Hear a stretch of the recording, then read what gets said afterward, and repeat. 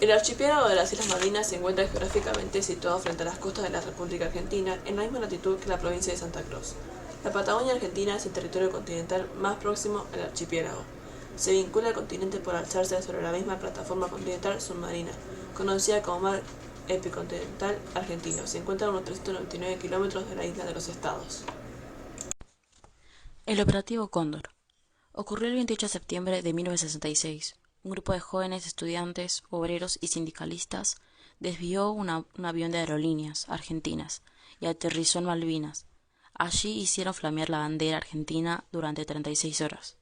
Antes de entregarse a las autoridades católicas en las islas, la justicia federal los condenó.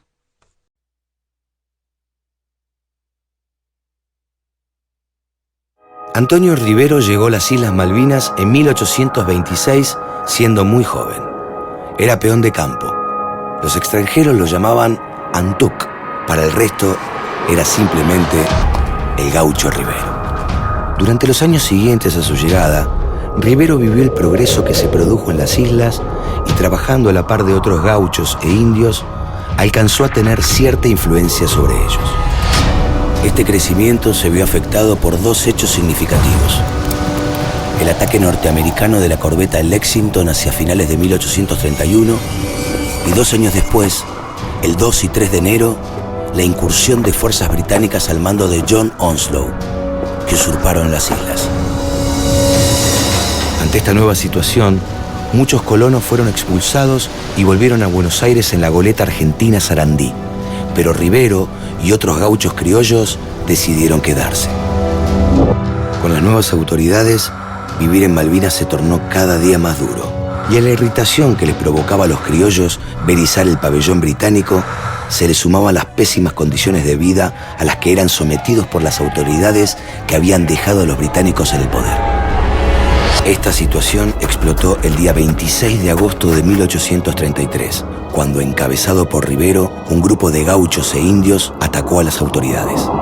Rivero y sus hombres consiguieron permanecer en las islas con la esperanza de que llegaran refuerzos desde Buenos Aires, hasta que, en marzo de 1834, el arribo de un buque inglés con una tripulación de soldados fuertemente armados desató una persecución contra los gauchos e indios rebeldes.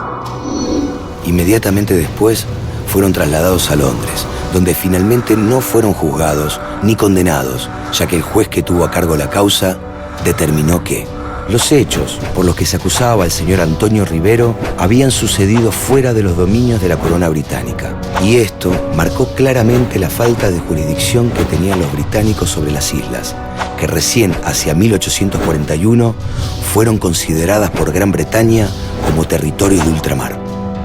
En 1835, el gaucho Rivero fue embarcado hacia Sudamérica y liberado en Uruguay. Antonio Rivero nunca volvió a pisar el territorio de Malvinas, pero la huella de su lucha sigue presente al día de hoy en cada reivindicación de soberanía argentina.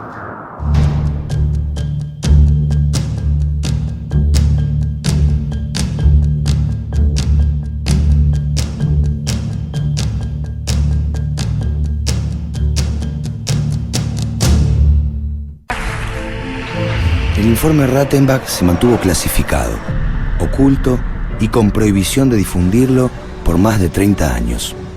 Había sido encargado por el presidente de facto Reinaldo Vignone en un intento por mejorar la imagen de la dictadura tras la derrota en la Guerra de Malvinas. Por decreto secreto y de manera reservada, en diciembre de 1982, la Junta Militar creó la Comisión de Análisis y Evaluación de las Responsabilidades Políticas y Estratégicas Militares en el Conflicto del Atlántico Sur, que fue integrada por 2 miembros de cada una de las fuerzas y presidida por el teniente general retirado Benjamin Rattenbach.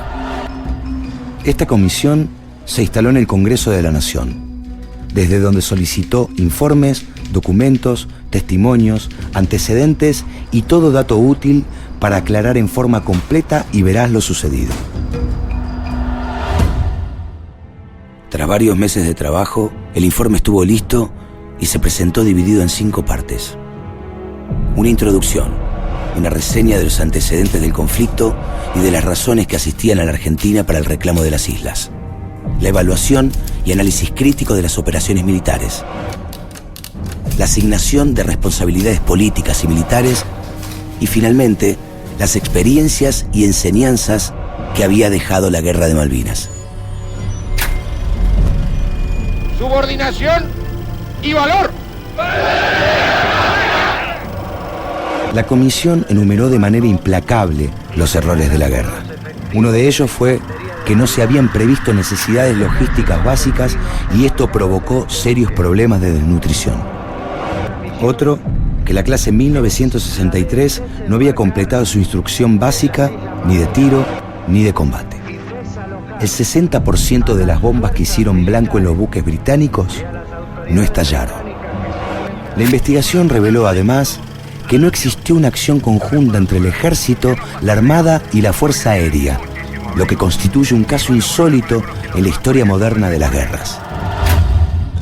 En sus conclusiones, se acusó a los miembros de la Junta de no generar las condiciones diplomáticas para recuperar la soberanía de las islas, de organizar una aventura militar para la cual el país no estaba preparado y de escoger un momento inoportuno para hacerlo. En el capítulo Asignación de las responsabilidades políticas y militares, la comisión fue contundente. Recomendó la destitución y reclusión de los 3 integrantes de la Junta: el teniente general Leopoldo Fortunato Galtieri, el almirante de la Armada Argentina Jorge Anaya y el brigadier Basilio Lamidoso.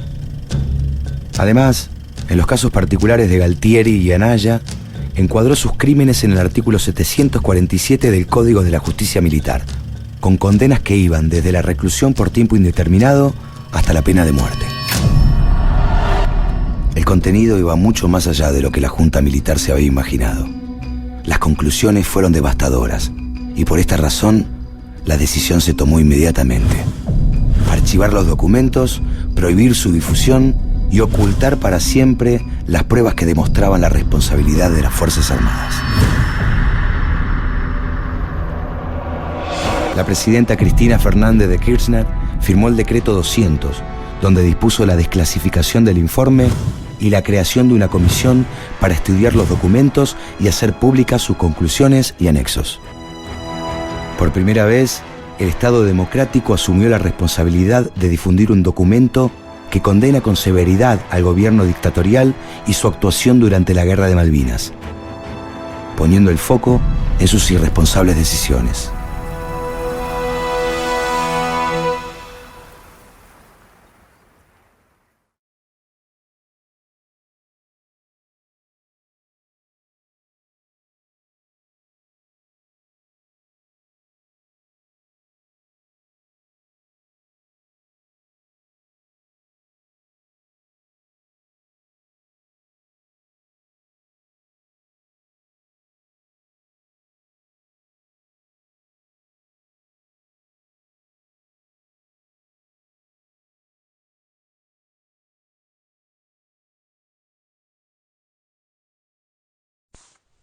El 2 de abril de 1982, Argentina echaba a los ingleses de las Islas Malvinas.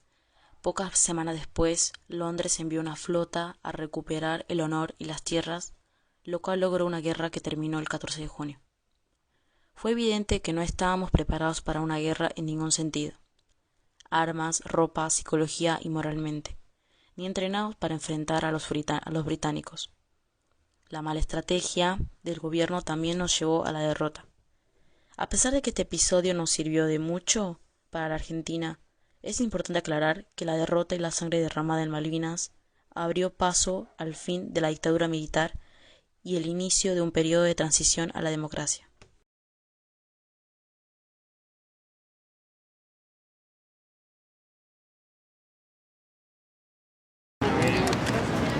Primera pregunta, ¿cómo fue que te reclutaron y cuántos años tenías en ese momento? Cuando me reclutaron tenía 18 años. ¿Y qué más era la pregunta? ¿Cómo fue que te reclutaron? Por sorteo, porque éramos, en ese tiempo era soldado por obligación, ¿viste? Sí. Teniendo 18 años te sorteaban y una vez que te sorteaban tenías un número de sorteo y te incorporaban a los 18 años. ¿Habías recibido algún tipo de entrenamiento antes de ir a las islas? Yo particularmente a las islas no fui, yo fui a Comodoro Rivadavia y a Santa Cruz. Y sí, entrenamiento tenía, pues yo ya era un soldado viejo. O sea, soldado viejo quiere decir que estuve más de un año con entrenamiento, ¿viste? Porque era clase 62, a mí me quedaban 5 días para salir de baja y se armó el conflicto por la vida. ¿Sabes algo del informe de Rattenberg? Sí, se desclasificaron. Una vez era para ver nuestra participación activa por Malvinas y todavía estamos esperando respuestas. Y después también gran parte de la desclasificación es por los maltratos que tenían los soldados, tanto en el continente como en las islas, por mano del ejército argentino.